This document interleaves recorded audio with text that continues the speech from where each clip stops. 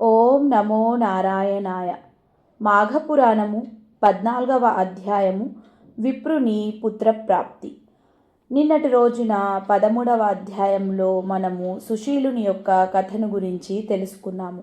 సుశీలుడు రాక్షసుడి యొక్క పూర్వజన్మ వృత్తాంతాన్ని తెలుసుకొని అతని వంశస్థుడైనటువంటి భాష్కలుని కలిసి భాష్కలునికి తన పూర్వీకులకు వివరాలను చెప్పగా భాష్కలుడు మాఘమాస స్నానాన్ని ఆచరించి తన పూర్వీకునికి వైకుంఠ ప్రాప్తిని కలుగజేయడం గురించి తెలుసుకున్నాము. ఈరోజు మనము విప్రునికి పుత్రప్రాప్తి గురించి తెలుసుకుందాం. గృత్నవద మహర్షిని చూసి జన్హముని ఇట్లు అనెను. మహర్షి, మాఘమాస వ్రతమును చేయుటచే మానవులకు జ్ఞానమోక్షములు కలుగునా? నా సందేహమును తీర్చుమని అడగగా జన్హ మహర్షి ఇట్లు చెప్పెను. జన్హముని, వినుము. మాఘమాస వ్రతమును ఆచరించుటచే ప్రాణికి ఇహలోకములు సుఖములు పరలోక సుఖములు కలుగును, వారి కష్టములు తీరును. అందువల్ల సంతుష్టుడైన మానవుడు ఇంకను హరిప్రీతికరములగు వ్రతములను ఆచరించి జ్ఞాని అయి సత్కర్మలను ఆచరించి ముక్తిని పొందును. అటువంటి కథను ఒకదానిని చెప్పెదను వినుము అని ఇట్లు పలికెను. పూర్వము గంగాతీరమున బ్రాహ్మణుడు ఒకడు ఉండేడు. అతడు వేదాంగములు చదివినవాడు, ఉత్తమశీలుడు, ఆచారవంతుడు, నీతి దయా జ్ఞానము ఇంద్రియ జయము కలిగినవాడు. అతని భార్య ఉత్తమురాలు. వారిరువురికి సంతానము లేదను లోటు తప్ప మరి దేనికి లోటు లేదు. పుత్రుడు లేరని విచారపడుతున్న ఆ బ్రాహ్మణుడు ఒకనాడు భార్యతో, గుణవంతుడైన పుత్రుడొక్కడైనను మనకు కలగలేదు. అట్టి పుత్రుడు ఒక్కడున్నను మన వంశమునకు మనకును సద్గతులు కలుగునాయని విచారపడెను. అప్పుడు ఆమె, నాథ, నీవు తగిన పూజను చేయలేదేమో, అందువలన మనకు సంతానము కలగలేదు అని అనుకుందును అని సమాధానము ఇచ్చెను. అప్పుడు ఆ బ్రాహ్మణుడు, ప్రియ, కష్టతరమైన తపమును ఆచరించి అయినను శ్రీమన్నారాయణుని సంతుష్టిపరిచెదను, పుత్రవరమును కోరుదనని చెప్పెను. కష్టతరమైన నియమములను పాటించి నిశ్చలమైన తపస్సు చేసి మృకండు మహాముని వలె ఉత్తమ పుత్రవరమును కోరేదనని పలికెను. ఆ దంపతులు ఇరువరు తపమాచరించవలనని గంగా తీరానికి పోయిరి.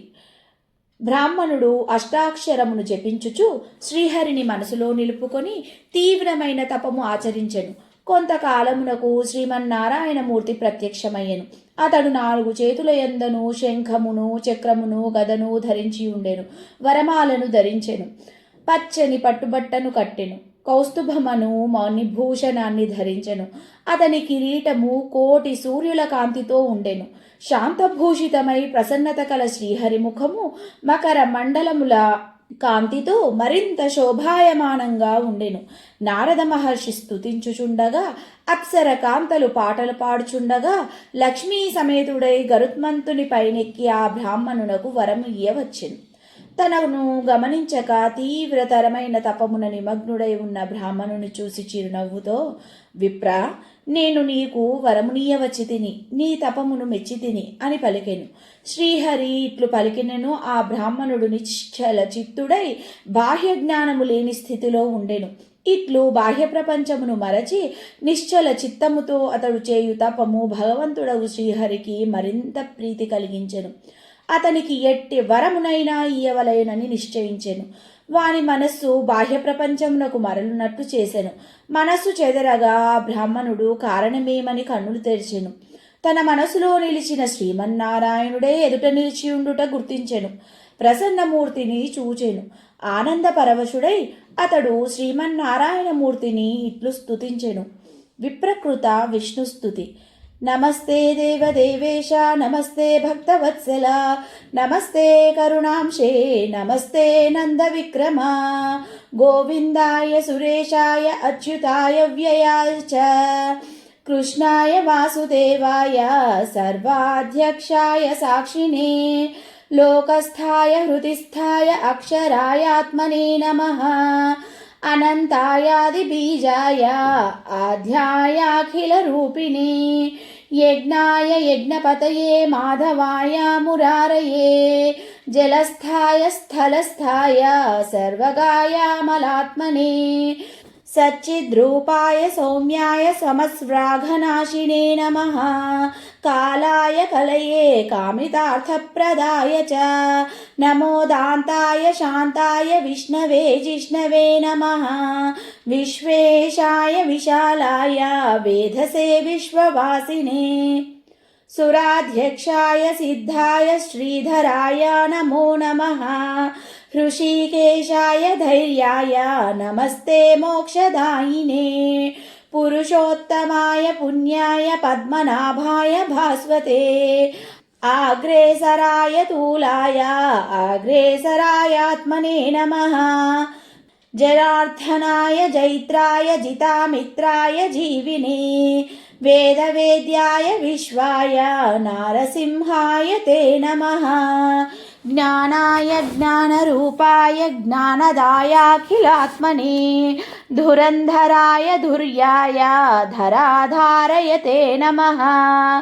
नारायणाय शर्वाय राक्षसानीकवैरिणे गुह्याय गुह्यपतये गुरवे गुणधारिणे कारुण्याय शरण्याय कान्तायामृतमूर्तये केशवाय नमस्तेस्तु नमो दामोदराय च संकर्षणाय शर्वाय नमस्त्रैलोक्यपालिने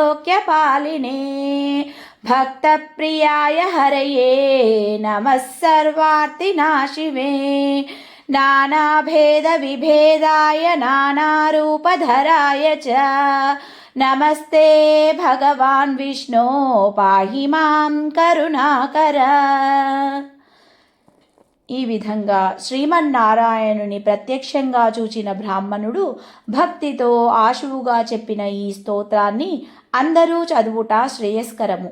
జహ్నుముని ఆ బ్రాహ్మణుడు అష్టోత్తర శతనామములతో శ్రీహరిని స్తుతిస్తూ ఆనంద పరవశమై నమస్కరించుచూ నిలిచి ఉండెను. భగవంతుడు వరమును కోరుకొనమనెను. శ్రీహరి మాటలను విన్న ఆ విప్రుడు, స్వామి, నీ పదములనందు నాకు నిశ్చలమైన భక్తిని ఇమ్ము. ఇహలోకమున పరలోకమున సద్గతికి కారణమైన పుత్ర సంతానమునిచ్చి నాకు ముక్తినొసగు అని కోరుకొనెను. శ్రీహరి, నీవు కోరినట్లే వరమునిచ్చి తిని. నీవు చెప్పిన ఈ అష్టోత్తర శతనామ స్తోత్రమును చదివిన వారికి నేను శీఘ్రముగా ప్రసన్నుడనగుదనని పలికి అంతర్ధానము నొందెను. బ్రాహ్మణుడు నష్టద్రవ్య మిక్కిలి లాభము అందిన వాని వలె సంతసించుచు తన ఇంటికి చేరెను. కొంతకాలానికి వాని భార్య గర్భవతి అయ్యెను. కుమారుడు కలిగెను. పుత్రుడు కలిగినందులకు ఆ బ్రాహ్మణుడు మిక్కిలి ఆనందించెను. కొంతకాలానికి నారద మహర్షి వాని ఇంటికి వచ్చెను. బాలుని చూచి వీని ఆయుర్దాయము 12 సంవత్సరములు అని చెప్పెను. తన దానిని తాను పోయెను.